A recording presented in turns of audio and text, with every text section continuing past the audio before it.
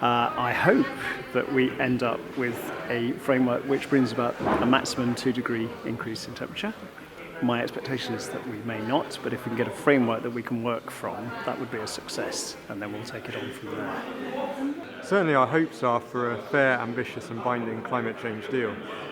We're obviously seeing 192 countries, I believe, coming together in Paris for some really, really crucial climate change talks, which will affect the next 10 or 15 years of climate policy. And we've seen how climate change is affecting the world's poorest people hardest. And so it's really for them as much, and also for God's creation, which has value in itself, I think, that we're here on this pilgrimage over the next couple of weeks. My hopes for COP21 are that our leaders will make decisions that we can all be proud of, that we will look back at in the future and think that was a great point in history where we made courageous decisions. I also hope that this is an opportunity for people to engage in climate justice for the first time, for people to recognise how important this is, and to take part in making history. I think in terms of COP21, the climate negotiations, there's actually effectively a gap between 2016 and 2020 where all the non-state actors, the businesses, the investors, the cities will have an incredible role to play to keep the momentum building through to when the negotiations become legally binding in 2020. That our prayers will be answered and world leaders will make courageous decisions to save our planet.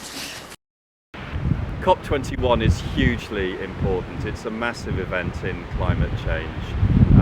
A lot of thought has gone into how to make this a success. I think we need to be realistic that there are still huge challenges in getting so many governments to agree, but a lot's been learned from Copenhagen. And there are different pillars to the agreement that will be put together in Paris, we all hope, this year. So there's the pledges that governments have made to reduce their own emissions.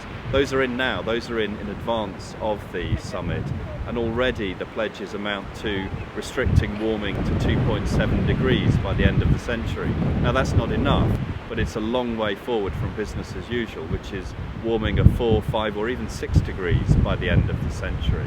And then non-state actors are really being mobilised into the process, including investors, which is why we've put so much effort into being part of the proactive investor voice in the run-up to the summit. It creates permission for politicians, it creates pressure and drive for companies to act on climate challenges as well.